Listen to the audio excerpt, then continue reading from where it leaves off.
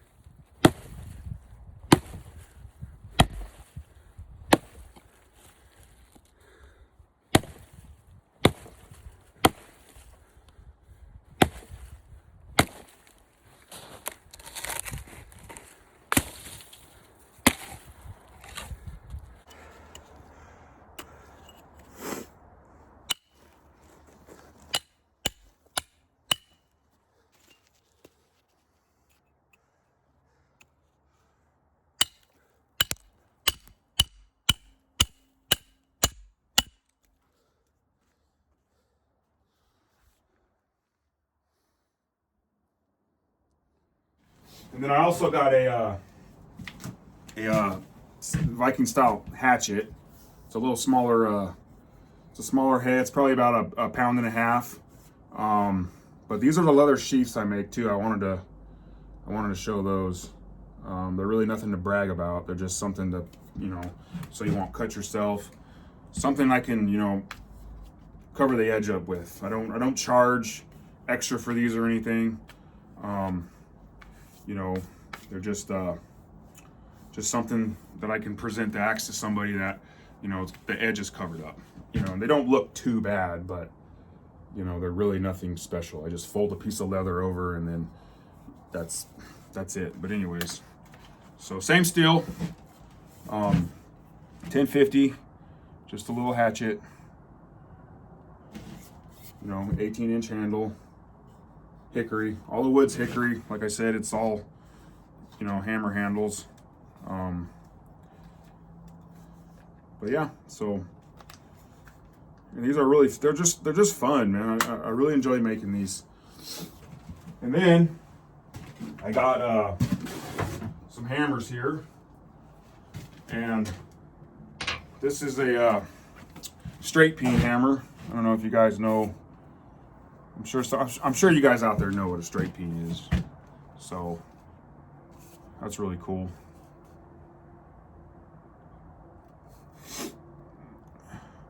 Same steel, it's 1050. Same as the Axis. And then these are some rounding hammers I made. And one thing I want to say is a lot of the hammers that I make are for mechanics. I haven't really made a lot of hammers for smiths. I have for a few guys, and they're happy with them. They like them. You know, the one I made for Ben at Cold Dragon Forge was really like a, you know, I didn't really intend that for forging. You know, you can. It was mainly for just like, you know, striking top tooling, and just, you know, just beat stuff. That was really the whole idea behind that. But and so yeah, so a lot of the hammers I made were for local people, which they've already picked up, and they're not like a smithing hammer where you know, one side you got a flat face, like your average rounding hammer, you know, where there's a flat face and then a round face, which these are for forging. So the ones that I make that look like this, the Brian Brazil style, they're for mechanics, you know. They just have kind of a convex face on them, like a you know, your average hardware store hammer.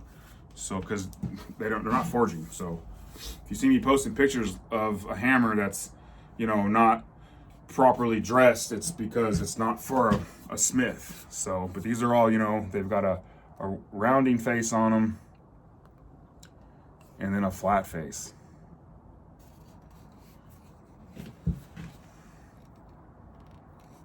So, but the significant thing about these is this hammer right here is going to Dennis over at Tyrell Knife Works. This is his rounding hammer.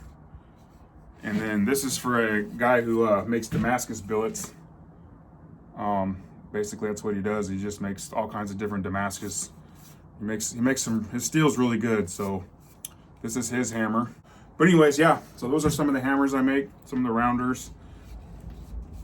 All right. So I had to refilm the part where I'm showing the knives. When I was editing the video, there's planes flying around, so you couldn't hear anything I was saying. So I just decided to refilm it. No big deal. But anyways, so this is that copper Damascus knife, skinning knife. That's just cool, man. I mean, this knife is just, it's really cool looking with that copper on there. I'm really happy with how this blade came out. That's an Alaskan moose antler handle. Yeah, I mean, it's a 3-inch blade. Great for skinning, even an everyday carry. I mean, it's just cool. You can see all the copper layers on the spine. Yeah, this is a great knife. I really wish it wasn't taken because I'd keep it. I did sharpen it already, so let's cut some paper.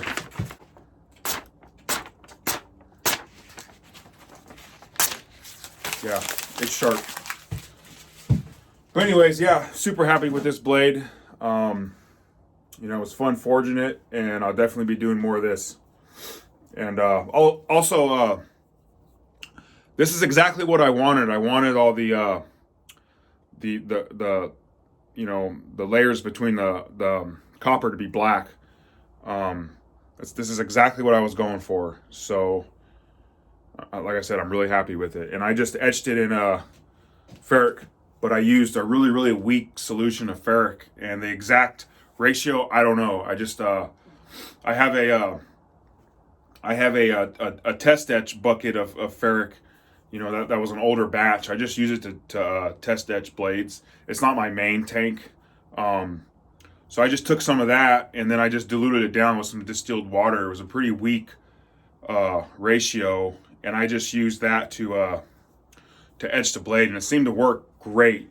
It you know, it didn't really etch away the copper. You know, it was like you know, had enough strength to darken the carbon steel and not really etch away the you know, the copper. Because if it's too strong, you know, because I was messing around with etching it, doing some test pieces and stuff, and then the copper just gets all muddy, you know, and then so I just did a really weak batch of ferric, and came out great. So I'm really happy with this. And then this is a 5-inch Hunter. This is a cool blade, man. I'm really happy with this one too. You know, I make all these knives and I don't really have one. So, but anyways, so this is 256 layers of ladder pattern Damascus.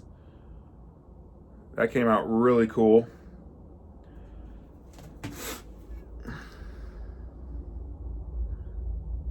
I hope y'all can see that pretty good. I mean, it is nighttime now, so.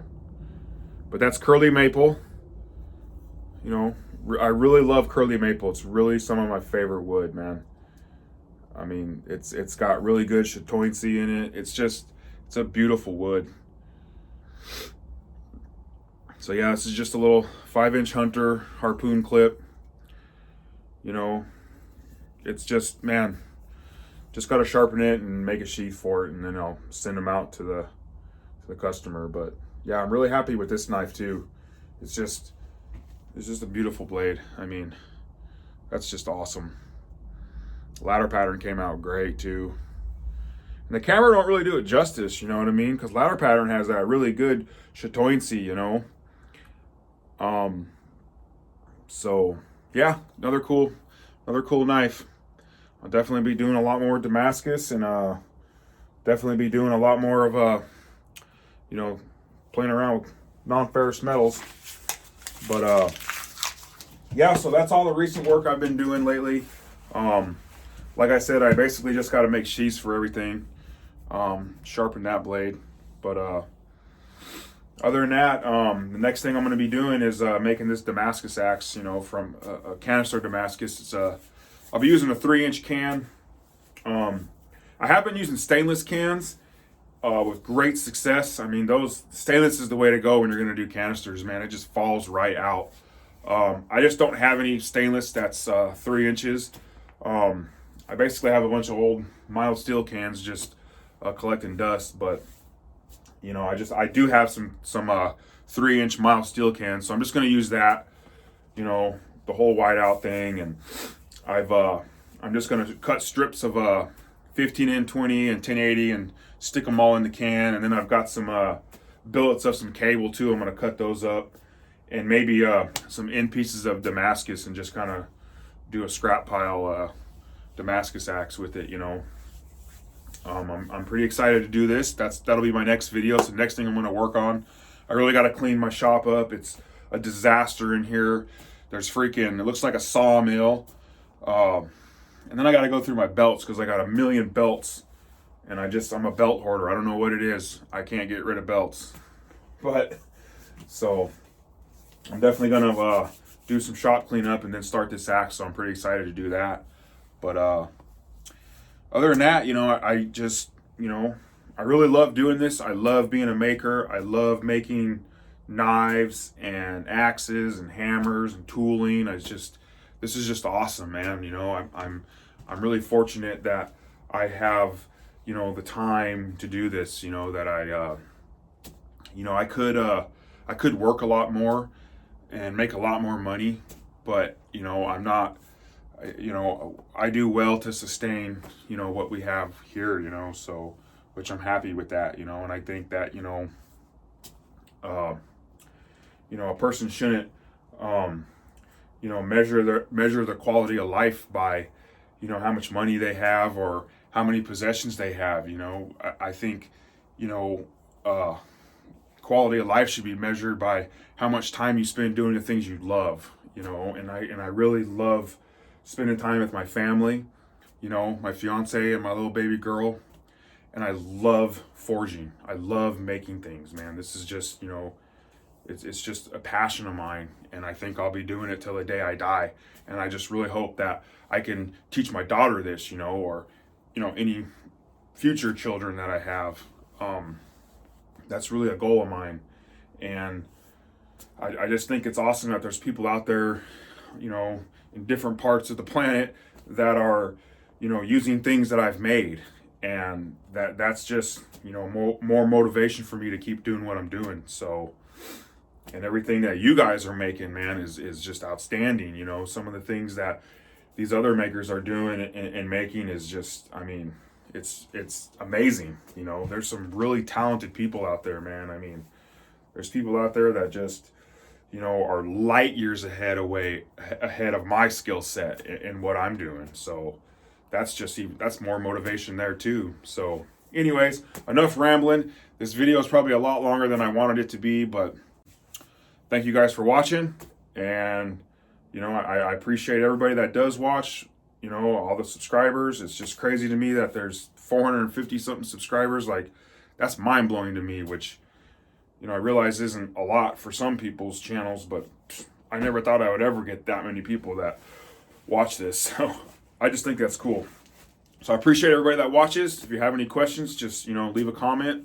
And other than that, I hope you all have a good day and take care.